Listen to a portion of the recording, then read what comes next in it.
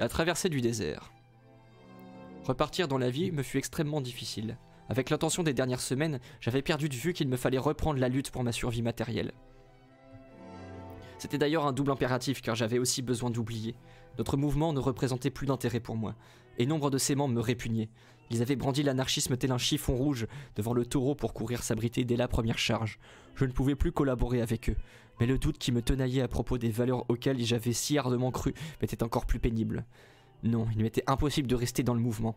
Je devais d'abord faire le bilan de ma propre vie. Mon unique refuge, me disais-je, serait de me consacrer totalement à mon métier. Ainsi je comblerais le vide et pourrais oublier. J'avais changé d'identité.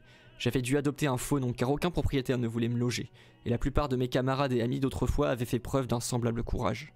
Cette situation raviva les souvenirs de 1892, des nuits passées à Tompkins Square, des trajets en tramway hippomobile entre Harlem et Battery Park, ou plus tard avec les filles dans la maison de la 4e rue. J'avais supporté cette vie plutôt que de concéder un changement de nom. À l'époque, capituler devant les préjugés populaires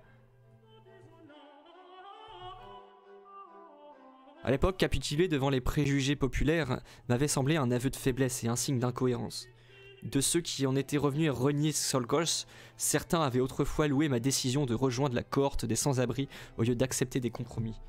Tout cela n'avait plus aucune signification pour moi. Les luttes et les déceptions de ces 12 dernières années m'avaient appris que chez la majorité des gens, la cohérence restait superficielle. Qu'importait son nom, du moment que l'on préservait son intégrité. Je décidai de prendre un autre nom, le plus ordinaire et anodin qui me viendrait à l'esprit. C'est ainsi que je devins Mademoiselle E.J. Smith. Ne rencontrant plus d'objections de la part des propriétaires, je louai un appartement de la 1re rue. Yegor et son copain Dan s'y installèrent avec moi dans du mobilier acheté à crédit. Cette question réglée, je fis le tour des médecins avec qui j'avais travaillé pour les informer que désormais, ils pouvaient me recommander en tant que E.J. Smith. Au bout d'une journée à battre le pavé, j'eus une nouvelle preuve que j'étais devenu une paria. Plusieurs médecins, des hommes qui me connaissaient depuis des années et à qui mon travail d'infirmière avait toujours donné entière satisfaction, se montrèrent indignés de l'effronterie de ma visite.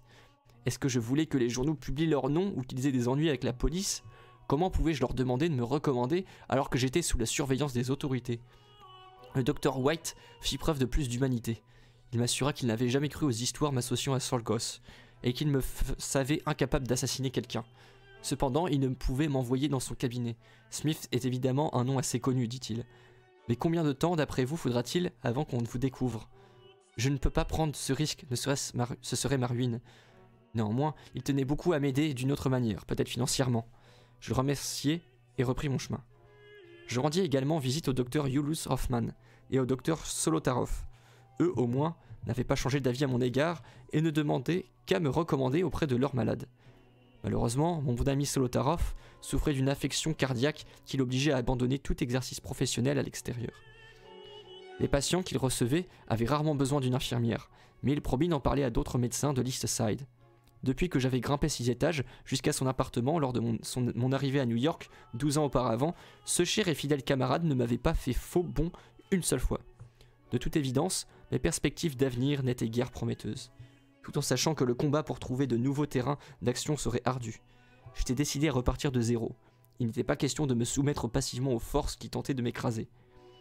Je dois aller de l'avant et je ferai pour Sacha et pour mon frère... Et je le ferai pour Sacha et pour mon frère qui ont besoin de moi, me disais-je. Sacha. Je n'avais pas eu de ses nouvelles depuis près de 2 mois et je n'avais pas non plus été en mesure de lui écrire. Pendant ma détention, je n'avais pu m'exprimer librement. Et ensuite, le mois passé avait été trop morne et déprimant. J'étais convaincu que, mieux que tout autre, mon cher Sacha comprendrait la signification sociale du coup de feu tiré à Buffalo et qu'il reconnaîtrait l'intégrité du garçon. Mon cher Sacha, la commutation inattendue de sa peine de prison l'avait rendu optimiste. « Il ne reste plus que 5 ans, disait sa dernière lettre. Rends-toi compte, ma chère amie, seulement 5 ans. Le retrouver enfin libre, ressuscité, qu'étaient toutes mes souffrances en comparaison de cet instant.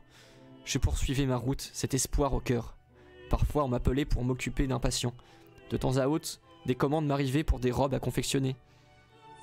Je sortais rarement. Nous n'avions pas les moyens d'aller au concert ou au théâtre. et je redoutais de participer à des réunions publiques. La dernière, qui avait lieu peu après mon retour de Chicago, avait failli tourner à l'émeute. C'était au Manhattan Liberal Club, où depuis 1894 j'assistais aux réunions hebdomadaires et prenais souvent part aux discussions. Aussi étais-je connu de tout le monde. Ce jour-là, j'étais venu écouter mon vieil ami Ernest Crosby. À peine entré dans la salle, je perçus de l'hostilité. Excepté Crosby et une poignée d'autres. Le public parut ne pas apprécier ma présence. La conférence terminée, alors que tout le monde partait, un homme m'interpella. « Emma Goldman, tu es une meurtrière, et 50 millions de personnes le savent. » En un instant, une foule surexcitée m'entoura, vociférant « Tu es une meurtrière !» Quelques voix s'élevèrent pour me défendre, mais la clameur les couvrit. L'affrontement était imminent. Je montai sur une chaise et criai « Vous affirmez que 50 millions de personnes savent qu'Emma Goldman est une meurtrière.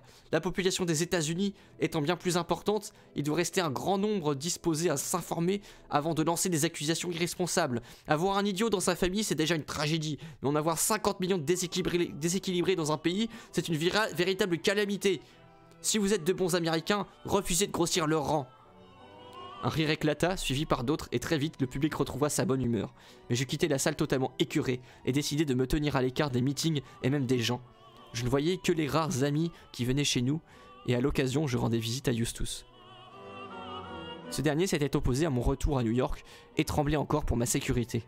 D'après lui, je courais le risque d'être enlevé et emmené de force à Buffalo. Aussi insistait-il vivement pour que j'aie un garde du corps.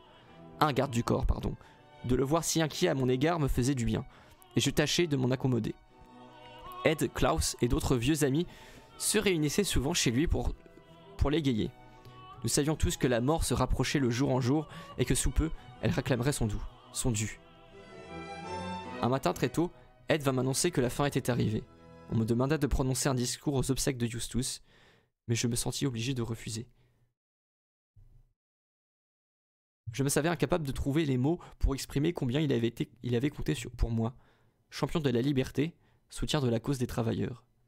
Apologiste de la joie dans la vie, Eustace était capable d'une amitié sans pareille et extraordinairement doué pour y répondre de façon belle et généreuse.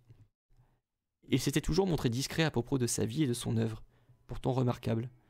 Chanter ses louanges sur la place publique aurait été pour moi un acte de déloyauté.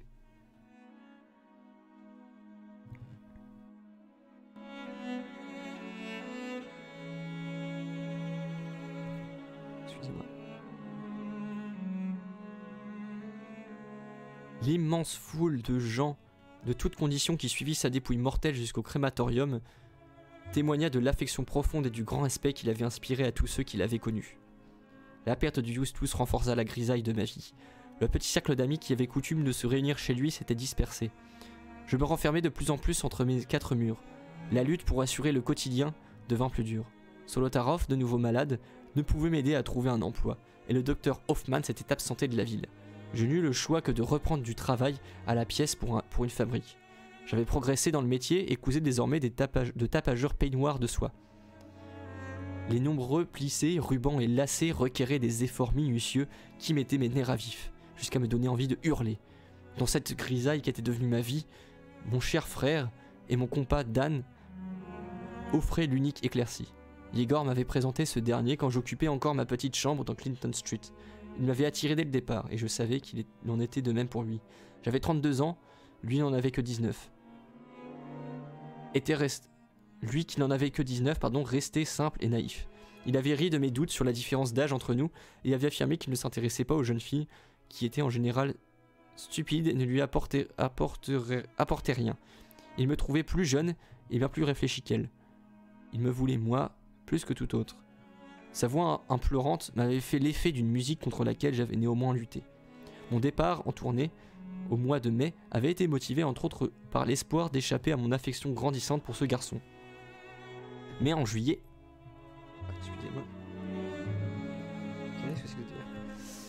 Mais en juillet, alors que nous étions tous réunis à Rochester, la tempête que j'avais si longtemps refoulée s'empara de moi et nous engloutit tous les deux. C'est à ce moment qu'intervalle la tragédie de Buffalo et dans son sillage, les horreurs qui me laissèrent sans aucun ressort. L'amour ressemblait à une farce dans un monde de haine. Cependant, depuis l'aménagement dans notre petit appartement, nous étions très souvent amenés à nous côtoyer. et l'amour ne tarda pas à élever de nouveau sa voix insistante. J'y répondis. Elle me fit oublier les autres appels, ceux de mon idéal, de mes convictions, de mon engagement. La simple idée d'une conférence ou d'une réunion me répugnait. Même les concerts et le théâtre avaient perdu leur attrait du fait de ma crainte, devenue une quasi-obsession, de rencontrer des gens ou d'être reconnu. Le sentiment que mon existence était vide, qu'elle n'avait plus de sens, me submergeait. La vie s'éternisait avec son lot quotidien d'ennuis et de soucis. Les rapports sur la situation de Sacha étaient de loin ce qui me préoccupait le plus. Des amis de Pittsburgh avaient écrit que les autorités carcérales le persécutaient de nouveau et que sa santé se détériorait. Le 31 décembre, une lettre de Sacha arriva enfin. Je n'aurais pu recevoir plus beau cadeau pour le nouvel an. Yegor savait qu'à pareil moment, je préférais rester seul, et il eut la délicatesse de quitter la chambre sur la pointe des pieds. Je pressai le précieux pli contre mes lèvres, puis l'ouvris d'une main tremblante. Il contenait une longue lettre clandestine datée du 20 décembre, consistant en plusieurs bouts de papier couverts de la toute petite écriture mise au point par Sacha, où chaque mot se détachait clair et net. « Je sais combien ta visite et mon étrange comportement ont dû t'affecter, » écrivait-il. « La vue de ton visage après toutes ces années m'a complètement perturbé. Impossible de penser, impossible de parler. C'était comme si tous mes rêves de liberté, le monde entier des vivants, étaient concentrés dans cette petite breloque brillante qui se balançait au bout de la chaîne de ta montre. Je ne pouvais en détacher mon regard. Je ne pouvais empêcher ma main de la tripoter. Elle m'absorbait entièrement. Et à chaque instant, je sentais combien mon silence te rendait nerveuse, mais j'étais incapable de dire un mot. La déception si poignante que j'avais ressentie lors de ma visite à Sacha avait fini au long des mois par passer à l'arrière-plan. Elle fut ravivée par ces lignes. Sa lettre montrait aussi combien il avait suivi de près les événements. Si la presse a bien reflété les sentiments du peuple, le pays a dû subitement retomber dans le cannibalisme. Par moments, j'ai affreusement craint pour ta vie même, et pour la sécurité des autres camarades arrêtés. Ton attitude de fière dignité et ton admirable sang-froid ont énormément contribué à cette heureuse issue. J'ai été particulièrement ému par ta remarque que tu aurais soigné loyalement le blessé s'il avait requis tes services, mais que bien plus que le président, le pauvre garçon condamné et abandonné de tous, nécessitait et méritait ta compassion et ton aide. Cette remarque, plus encore que tes lettres, m'a fait découvrir l'immense transformation que les années ont opérée en nous. Oui, en nous deux, car mon cœur s'est fait l'écho de ton beau sentiment. Combien une telle pensée nous aurait été étrangère il y a seulement 10 ans. Nous l'aurions considérée comme une trahison de l'esprit révolutionnaire. Le fait même de reconnaître la qualité d'être humain à un représentant officiel du capitalisme aurait fait outrage à l'ensemble de nos traditions. N'est-ce pas significatif de tous deux, toi qui vis au cœur de la pensée et de l'activité anarchiste et moi dans une atmosphère de répression et d'isolement absolu. Nous ayons atteint le même point dans notre évolution au bout de 10 ans de chemins divergents. Ce cher et fidèle frère, quelle générosité et quel courage d'avoir admis si franchement cette évolution. Au fur et à mesure que je lisais, je m'ébahissais toujours plus de la somme de connaissances que Sacha avait acquises au cours de son incarcération. Œuvres scientifiques, philosophiques, économiques et même métaphysiques. Il en avait manifestement lu un grand nombre, les avait étudiées d'un œil critique et les avait assimilées. Sa lettre me remit en mémoire 100 événements de notre vie commune, de notre amour, de notre combat. Je me perdis dans mes souvenirs. Le temps et l'espace s'évanouirent. Les années qui s'étaient écoulées s'effacèrent et je revécus le passé. Mes mains caressaient la lettre et mes yeux parcourraient rêveusement ces lignes. Tout d'un coup, le mot Léon attira mon regard. Mes lectures m'ont fait saisir la belle personnalité du jeune homme, son incapacité à s'adapter à la brutalité des conditions actuelles et son âme en révolte. Cet éclairage permet de mieux appréhender les motifs de son attentat en allemand dans le texte. C'est à la fois la plus grande tragédie du martyr et le plus féroce réquisitoire contre la société que ses plus nobles enfants soient réduits, outrepassant la répugnance de leur âme, à répandre le sang. Il n'en est que plus impératif de ne recourir qu'à de telles méthodes radicales qu'en dernière extrémité. Pour que celles-ci revêtent une réelle valeur, elles doivent être motivées par des nécessités sociales plutôt qu'individuelles et cibler un ennemi direct et immédiat du peuple. Alors, le peuple comprend une telle action. Et c'est en cela que réside la valeur de propagande, d'éducation, de l'attentat, à moins qu'il ne s'agisse exclusivement d'un acte de terrorisme. La lettre me glissa des mains. Que voulait donc dire Sacha? Insinuait-il que McKinley ne fût pas un ennemi immédiat du peuple et ne constituait pas une cible d'attentat à portée propagandiste et éducative? J'étais dérouté. Avais-je bien lu? Je tombais sur un autre passage. Je ne crois pas que l'acte de Léon était terroriste, et je doute de sa valeur éducative, parce que son exécution ne découlait pas d'une nécessité sociale évidente. Pour éviter tout malentendu, je le répète, en tant qu'expression d'une révolte individuelle, il était inévitable et il constituait en soi une mise en cause des conditions sociales existantes. Mais il lui manquait la nécessité sociale, ce qui annule, dans une large mesure, sa valeur. Je laissai choir la lettre à terre et restai dans un état d'hébétude. Une étrange voix séchée hurla « Yécor! Yécor !» Mon frère accourut. « Que t'arrive-t-il, ma chérie? Tu trembles partout. »« Qu'y a-t-il » s'écria-t-il alarmé. « La lettre, murmurai-je d'une voix rauque. Lila, dis-moi si je suis devenue folle. » Une lettre magnifique, l'entendis-je dire. Un documentaire humain, même, si Sacha ne discerne pas la nécessité sociale de l'acte de Czolgosz. Au désespoir, je criai. Mais de tous les gens sur Terre, comment Sacha, incompris et désavoué lui-même par les travailleurs qu'il avait justement cherché à aider, comment peut-il, lui, faire fausse route à ce point? Yegor essaya de me calmer en expliquant ce que Sacha avait voulu dire par la nécessité sociale. Ramassant un autre bout de la lettre, il se mit à lire. En Amérique, le mode de soumission politique est subtil. Bien que McKinley fût le principal représentant de notre esclavage moderne, on commettrait une erreur de le considérer comme un ennemi direct et immédiat du peuple. Dans un régime absolutiste, l'autocrate est un être visible, tangible. Le véritable despotisme des institutions républicaines est bien plus profond et insidieux dans la mesure où il repose sur l'illusion populaire de l'autogouvernement et de l'indépendance. C'est cela la source de la tyrannie démocratique et ce qui fait qu'on ne peut l'atteindre d'une balle.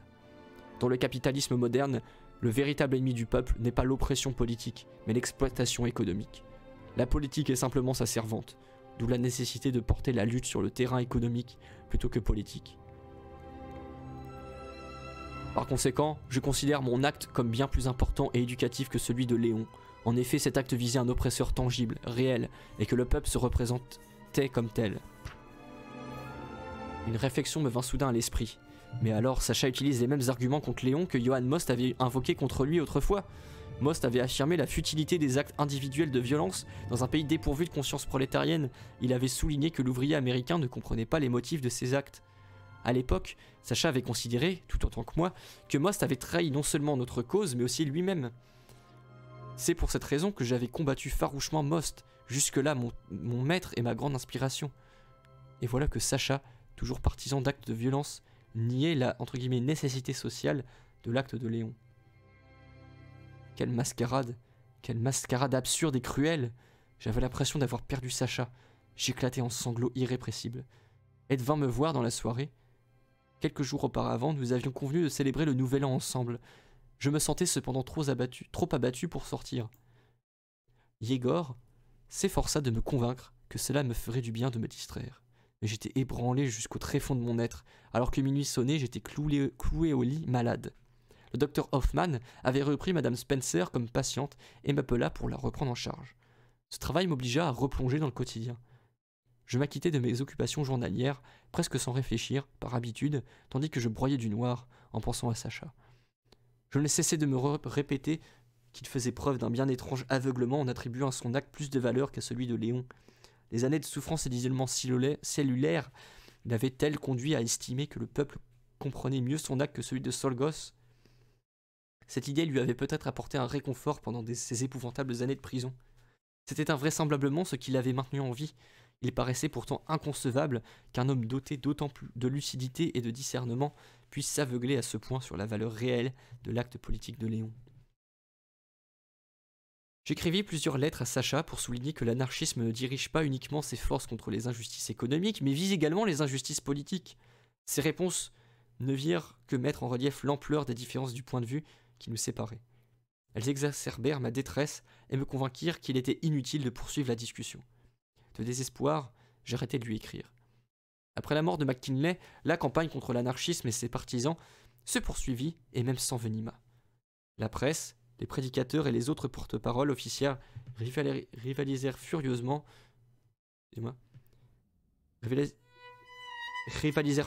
dans leur acharnement contre l'ennemi commun.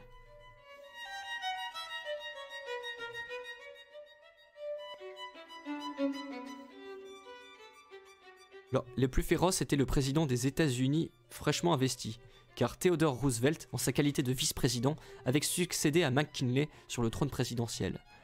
L'ironie du destin avait, par la main de Solgos, ouvert la voie du pouvoir au héros de San Juan, celui qui montra sa gratitude pour le service involontairement rendu en redoublant de sauvagerie. Son message au Congrès, conçu comme une attaque principalement contre l'anarchisme, porta en réalité un coup mortel aux libertés sociales et politiques aux États-Unis. Des projets de loi anti-anarchistes se suivirent à intervalles rapprochés, et leurs promoteurs au Congrès se démenèrent pour inventer de nouvelles méthodes d'extermination des anarchistes. Le sénateur Hawley, qui apparemment considérait son savoir-faire professionnel insuffisant pour tuer le dragon anarchiste, déclara publiquement qu'il donnerait 1000 $ pour tirer sur l'un d'entre eux. C'était une offre dérisoire comparée au prix payé par Solgos pour son coup de feu. Pleine d'amertume, j'attribuais la responsabilité de ces évolutions aux radicaux américains qui avaient fait preuve de lâcheté au moment où il fallait au contraire du courage et de l'audace. Rien d'étonnant alors que les réactionnaires aient réclamé effrontément des mesures despotiques. Devant le peu d'opposition organisée, ils se voyaient des maîtres incontestés de la situation dans le pays. La loi contre l'anarchie criminelle, votée à la hâte par la législature de l'État de New York, ainsi qu'une loi analogue adoptée dans le New Jersey, renforcèrent ma conviction que notre mouvement aux États-Unis était en train de payer chèrement ses incohérences. Peu à peu, nos rangs commencèrent à montrer des signes de réveil, des voix s'élevèrent contre le danger qui planait sur les libertés américaines. Pour ma part, j'avais néanmoins l'impression qu'on avait mésestimé l'état d'esprit du moment et que rien ne pourrait endiguer la marée réactionnaire.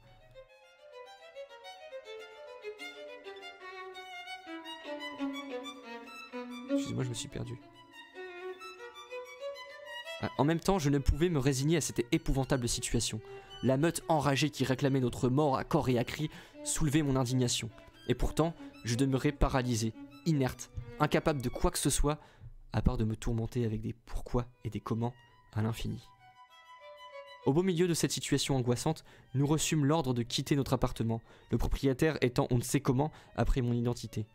Sans difficulté, nous trouvâmes à nous loger au cœur même du ghetto, dans Market Street, au 5e étage d'une bâtisse misérable et surpeuplée. Dans l'East Side, les propriétaires étaient habitués à accepter comme locataires des radicaux de toute espèce. De plus, les nouveaux logements étaient moins chers et offraient l'avantage d'avoir des chambres bien éclairées, bien qu'il fût fatigant de grimper tant d'étages une vingtaine de fois par jour. Cela valait mieux que d'entendre des pas pesants des locataires du dessus. Les juifs orthodoxes suivent des commandements de Jéhovah au pied de la lettre, et, en particulier, celui de se multiplier. Dans l'immense... Ce sont les mots d'Emma Goldman, c'est pas les miens. Dans l'immeuble, aucune famille n'avait moins de 5 enfants. Elle est elle-même juive, je tiens à préciser d'ailleurs. Dans l'immeuble, aucune famille n'avait moins de 5 enfants, et certaines en avaient 8 ou 10. J'aimais les enfants, mais je n'aurais jamais pu rester longtemps dans un appartement où, au-dessus de ma tête, résonnait constamment le bruit de leurs petits pas.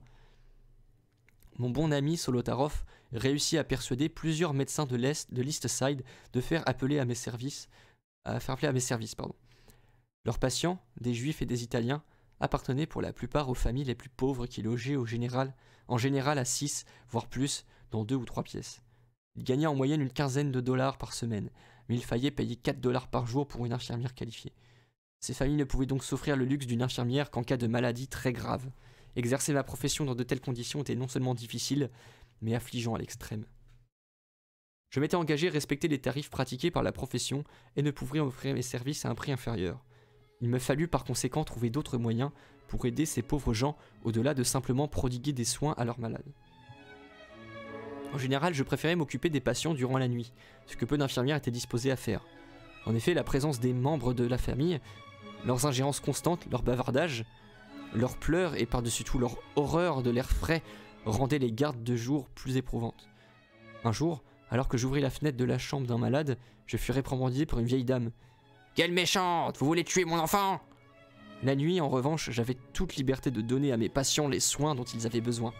Grâce à un livre et un grand pot de café que je préparais moi-même, les heures passaient vite. Quelle que soit la nature de son affection, je ne refusais aucun patient, mais je préférais soigner les enfants. Malades, ils sont pitoyables car sans défense, et ils témoignent leur gratitude lorsqu'on les traite avec patience et gentillesse. Travailler sous un faux nom m'apporta quantité d'expériences comiques. Un jour, un jeune socialiste de ma connaissance me demanda de venir m'occuper de sa mère. Elle était atteinte d'une double pneumonie, me précisa-t-il. C'était une femme bien en chair, avec qui il fallait savoir s'y prendre.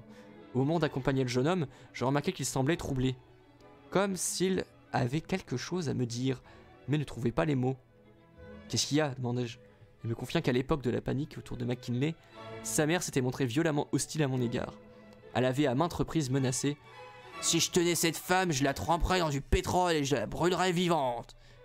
Il voulait que je le sache avant d'accepter de la prendre en charge. « C'était généreux de la part de ta mère, répondis-je. Mais vu son état actuel, elle aurait du mal à mettre sa menace à exécution. » Mon jeune socialiste fut extrêmement impressionné. Au bout de 3 semaines de lutte, notre patiente finit par tromper la faucheuse. Elle s'était suffisamment remise pour se passer d'infirmière de nuit, et je m'apprêtais à la quitter. À ma grande surprise, le jeune socialiste m'annonça que sa mère souhaitait le renvoi de l'infirmière de jour pour que je prenne sa place. Mademoiselle Smith était une infirmière formidable, confia-t-elle à son fils. Sais-tu qui elle était en réalité? C'est la terrible Emma Goldman. Mon Dieu, s'écria sa mère. J'espère que tu n'avais pas été lui raconter ce que j'ai dit sur elle. Le garçon avoua.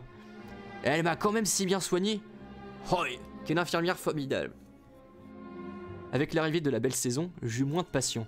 Je ne le regrettais pas. J'étais très fatigué et avais besoin de repos. Je voulais pouvoir lire davantage et passer plus de temps en compagnie de Dan, Yegor et Ed. Avec ce dernier, les émotions tumultueuses d'autrefois avaient cédé le pas à une douce et harmonieuse camaraderie, en français dans le texte. Ed avait été profondément affecté par notre séparation. Il était devenu plus tolérant et détendu, plus compréhensif. Il trouvait du réconfort dans sa petite fille et dans la lecture. Notre entente intellectuelle n'avait jamais été aussi stimulante et agréable. Bien que juste tout ce qu'un être humain pouvait désirer, le chaos régnait dans mon esprit et un désir insatiable envahissait mon cœur. Je mourrais d'envie de reprendre la lutte comme avant, de faire en sorte que ma vie signifiait plus qu'un simple cortège de préoccupations personnelles. Mais comment me remettre sur les rails? Par où commencer? Il me semblait que j'avais brûlé les ponts, que je serais dorénavant incapable de combler le fossé qui s'élargissait toujours plus depuis les jours affreux du Buffalo.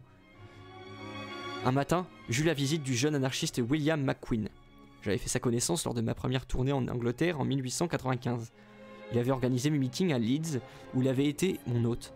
Depuis son arrivée en Amérique, je l'avais rencontré à plusieurs reprises. Il m'invitait à intervenir à Paterson en faveur des soyeux en grève. McQueen et l'anarchiste autrichien Rudolf Grossmann allaient prendre la parole à un grand rassemblement, et les grévistes avaient réclamé ma présence. Depuis la tragédie de Solgos, c'est la première fois que j'étais sollicité par des ouvriers, sans parler de mes propres camarades. Je saisis l'occasion comme un nomade du désert se jette sur un puits. La nuit précédant le meeting, je me réveillai d'un cauchemar et Yegor, entendant mes hurlements, se précipita à mon chevet.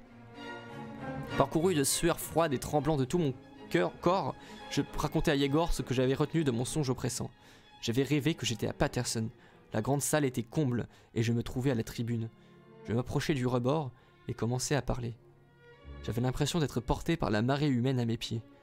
Les vagues montaient et descendaient au rythme de chaque inflexion de ma voix, puis elles s'éloignèrent de plus en plus vite, entraînant la foule dans leur sillage. Je restais à la tribune, seul, ma voix se perdant dans le silence qui m'entourait. Enfin, pas tout à fait seul, quelque chose remua, prit forme, grandit devant mes yeux. J'attendais, debout, crispé, mon souffle suspendu. La forme se tint droite et avança jusqu'au bord de la tribune, sa tête rejetée en arrière et ses grands yeux fulgurants perçant les miens. Ma voix s'étrangla et dans ma gorge et au prix d'un grand effort, je criai « Solgoz! Léon Solgoz !» La peur d'être incapable de parler lors du meeting à Paterson me putrifia. Je cherchais en vain à me débarrasser de la hantise de voir le visage de Solgoz émerger de la foule dès que je monterais à la tribune. Je lui dégraphiai à McQueen qu'il m'était impossible de venir. Le lendemain, les journaux annoncèrent l'arrestation de McQueen et de Grossman. J'étais horrifié à l'idée que j'avais laissé un rêve m'empêcher de répondre à l'appel des grévistes. J'avais permis à un fantôme de m'influencer et j'étais resté en sécurité chez moi tandis que le danger guettait mes jeunes camarades. La tragédie de Solgoz va-t-elle me hanter jusqu'à la fin de mes jours? Ne cessais-je de me demander. La réponse arriva plus vite que prévu. Émeutes sanglantes, ouvriers et paysans tués, étudiants fouettés par les Cosaques. La presse s'étendait sur les événements qui se déroulaient en Russie. Une fois encore, la lutte contre l'autocratie tsariste était portée en Russie. Une fois encore, la lutte contre l'autocratie tsariste était portée à l'attention du monde, excusez-moi. La violence effroyable des uns, le courage et l'héroïsme magnifique des autres, m'arrachèrent à la léthargie qui paralysait ma volonté depuis les jours de Buffalo. Avec une lucidité accablante, je pris conscience que j'avais abandonné le mouvement au moment le plus critique, que j'avais tourné le dos à nos activités quand on avait le plus besoin de moi, et pire encore, que j'avais commencé à douter des convictions et des idéaux qui fondaient ma vie. Et tout cela à cause d'une poignée de gens qui s'étaient révélés vils et lâches. Je tentais d'expliquer ma pusillanimité par la profonde inquiétude que j'éprouvais pour ce pauvre garçon abandonné. Mon indignation allant... Oula, excusez-moi, le son est trop fort dans ce coup là. Qu'est-ce qui se passe là? Pourquoi c'est trop fort? Ah, c'est bon. Je tentais d'expliquer ma pusillanimité par la profonde inquiétude que j'éprouvais pour ce pauvre garçon abandonné. Mon indignation à l'encontre des poules mouillées, raisonnais-je intérieurement, découlait de ma compassion pour Solgos. Nul doute que ma position s'était appuyée sur ce mobile impérieux. Si impérieux que je m'étais retourné contre Sacha sous prétexte qu'il n'avait pas décelé dans l'acte de Solgos ce qui m'était apparu si clairement. J'avais oublié que ce cher ami, pris dans le vaste filet de mon amertume, se trouvait en prison et qu'il avait encore besoin de moi. Cependant, une autre réflexion me taraudait. L'idée qu'il ait pu exister d'autres mobiles, des raisons éventuellement moins altruistes que je ne l'avais cru, et fait croire à d'autres. Mon incapacité à affronter le premier grand défi de ma vie me révéla que cette confiance en moi qui me permettait de tenir seul, du moins je l'avais toujours affirmé, m'avait abandonné au moment même où il m'incombait d'agir. Je n'avais pas supporté d'être désavoué et ostracisé. Je ne savais pas braver la défaite. Mais au lieu de le reconnaître, ne serait-ce que pour moi-même, je m'étais acharné à battre des ailes avec une fureur aveugle. Désabusé, je m'étais retiré dans ma coquille. Les qualités que j'avais le plus admirées chez les héros du passé, ainsi que chez Solgos, cette force qui permet de tenir seul dans la vie et devant la mort, m'avait fait défaut. Peut-être faut-il plus de courage pour vivre que pour mourir? Alors qu'il suffit d'un seul instant pour mourir, les exigences de la vie, elles, sont infinies. Ces 1000 petites choses insignifiantes qui éprouvent et épuisent nos propres forces et nous empêchent de nous montrer à la hauteur au moment décisif. Je sortis de mes pensées comme d'une longue maladie, et sans avoir recouvré toute mon ancienne vigueur, mais résolu à retrouver une volonté d'acier afin de répondre aux exigences de la vie, quelles qu'elles fussent. Après ces mois de mort spirituelle, je fis mon premier pas chancelant en écrivant à Sacha. Les nouvelles de Russie suscitèrent chez les radicaux de l'East Side une intense activité.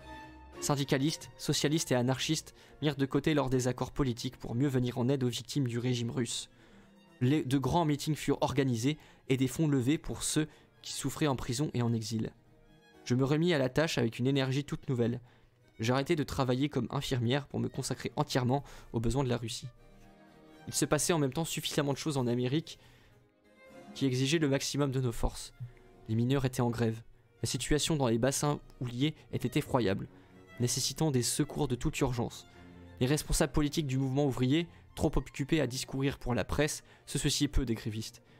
S'ils avaient crâné au début de la grève, ils se dégonflèrent dès que l'homme au entre guillemets, gros bâton entra en scène. Le président Roosevelt manifesta un intérêt soudain pour les mineurs. Il allait les aider, annonça-t-il. Si leurs représentants se montraient raisonnables, elle lui laissait l'occasion d'attaquer les propriétaires des mines. Ce fut une manne pour les bureaucrates des syndicats. Ils rejetèrent aussitôt la responsabilité sur les épaules présidentielles de Teddy, entre guillemets. On n'avait plus de soucis à se faire. La sagesse attachée à sa fonction saurait résoudre les problèmes épineux. En attendant, les mineurs grévistes et leurs familles souffraient de la faim, tandis que la police intimidait ceux qui venaient dans la région les encourager. Les éléments radicaux refusèrent de se laisser berner par l'intérêt que témoignait le président et ne se fièrent pas davantage à la brusque volte-face des patrons. Aussi travaillèrent-ils sans relâche pour rassembler des fonds et soutenir le moral des hommes. La chaleur trop oppressante ne permettant pas de tenir des réunions publiques, nous dûmes suspendre nos efforts. Nous continuâmes néanmoins à solliciter l'appui des syndicats, à organiser des pique-niques et d'autres événements en vue de collecter de l'argent. En reprenant une activité publique, je me sentis rajeunir et retrouver goût à la vie.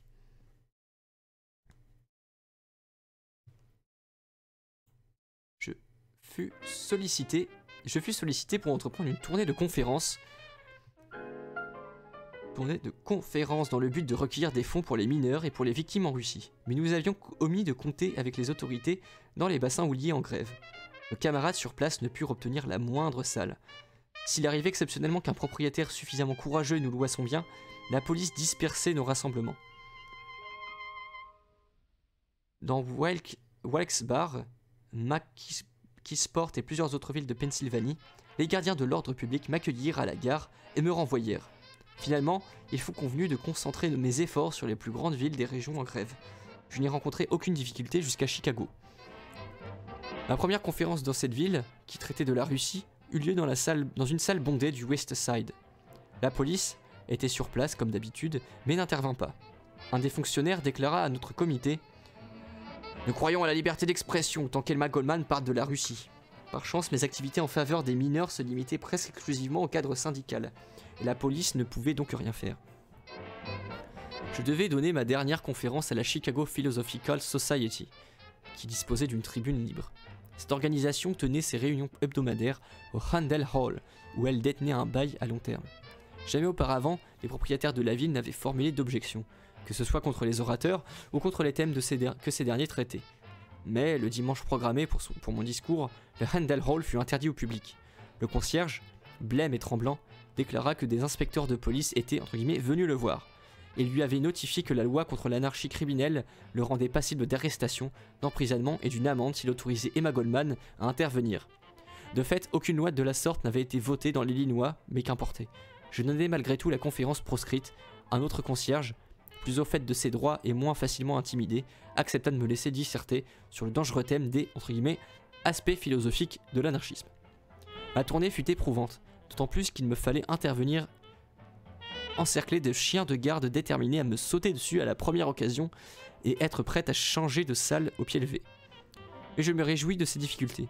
Elles attisèrent ma combativité et me confirmèrent que les gouvernants ne comprennent jamais combien la persécution est le levain de la ferveur révolutionnaire. À peine rentré à New York, j'appris le décès de Kate Austin. Kate, la voix la plus audacieuse, la plus courageuse des femmes d'Amérique. Partie de rien, elle avait atteint des sommets intellectuels hors de la portée de bien de personnes instruites. Elle adorait la vie, et son âme s'enflammait pour les opprimés, les infortunés et les pauvres. Tout au long de la tragédie de Buffalo, elle avait été si admirable. À peine un mois plus tôt, alors qu'elle était proche de la mort, elle avait rédigé un hommage élogieux à Saul Goss. Puis elle s'éteignit, et avec elle disparaissait une des grandes personnalités de nos rangs. Sa mort me privait non seulement d'une camarade, mais d'une amie précieuse. Elle avait été l'unique femme, hormis Emily, à devenir une intime et à comprendre mieux que moi-même les complexités de mon être. Ses réactions sensibles m'avaient tout souvent aidé à traverser de mauvaises passes. Désormais, elle n'était plus, et j'avais le cœur gros. Dans une vie trépidante comme la mienne, les peines et les joies se succèdent, si rapidement qu'on ne peut s'appesantir ni sur les unes ni sur les autres. Le vif chagrin causé par la disparition de Kate ne s'était pas atténué qu'un nouveau choc survint. Voltairine de Clerc avait été gravement blessée par un ancien élève qui lui avait tiré dessus.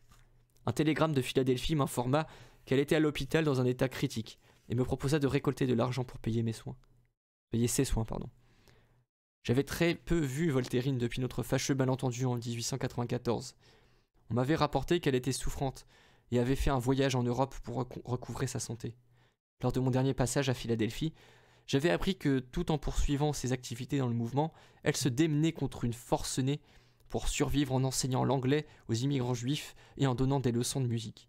J'admirais son énergie et sa ténacité, mais son attitude à mon égard, que je jugeais déraisonnable et mesquine, me blessait et me dégoûtait.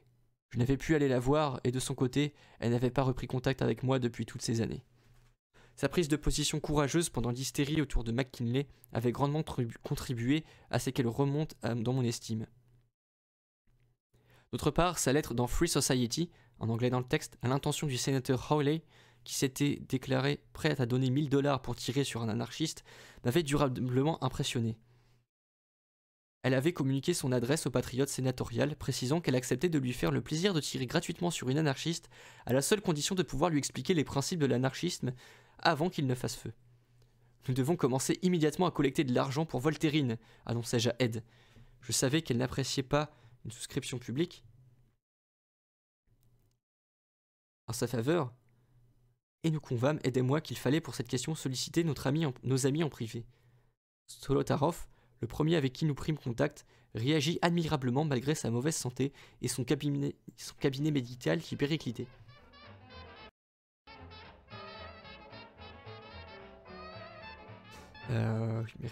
Il nous suggéra d'aller voir Gordon, l'ancien amant de Voltairine, qui était devenu un médecin réputé. Il avait largement les moyens d'aider Voltairine, qui avait tant fait pour lui. Solotaroff se proposa de parler à Gordon. Les résultats de notre démarche furent très encourageants, nonobstant quelques réponses désagréables. Un ami de Voltairine, habitant East Side, affirma qu'il ne croyait pas à la entre guillemets, philanthropie privée. Le succès matériel d'un certain nombre d'autres avait émoussé leur compassion. Mais les âmes généreuses rétablirent la situation, et nous recueillîmes rapidement $500. Ed partit pour Philadelphie avec l'argent. À son retour, il nous apprit que 2 des balles avaient été extraites, et que la 3e, située trop près du cœur, ne pouvait être retirée. Ed ajouta que Voltairine se souciait avant tout du garçon ayant attenté à sa vie, et qu'elle avait déjà déclaré refuser de le poursuivre en justice. Max et Millie passèrent Noël à New York, événement qui se révéla une agréable et joyeuse surprise. Ed avait insisté depuis un bon moment pour que je le laisse m'habiller de entre guillemets, vêtements décents, réalisant ainsi un rêve qu'il caressait depuis longtemps. Le moment était venu, affirma-t-il, de mettre sa promesse à exécution. Je devais l'accompagner dans les boutiques les plus chics et donner libre cours à ma fantaisie. Dès que nous mîmes les pieds dans le grand magasin à la mode, je pris conscience que, sans contrainte, les fantaisies revenaient extrêmement chères, et je ne souhaitais pas ruiner Ed. « Sauvons-nous vite » chuchotait-il, « ce n'est pas un endroit pour nous. »« Nous sauver, se sauver, Emma Goldman » taquina Ed. « Tu resteras suffisamment longtemps pour qu'on prenne les mesures, et le reste, je m'en occupe. » La veille de Noël, les paquets commencèrent à affluer chez moi.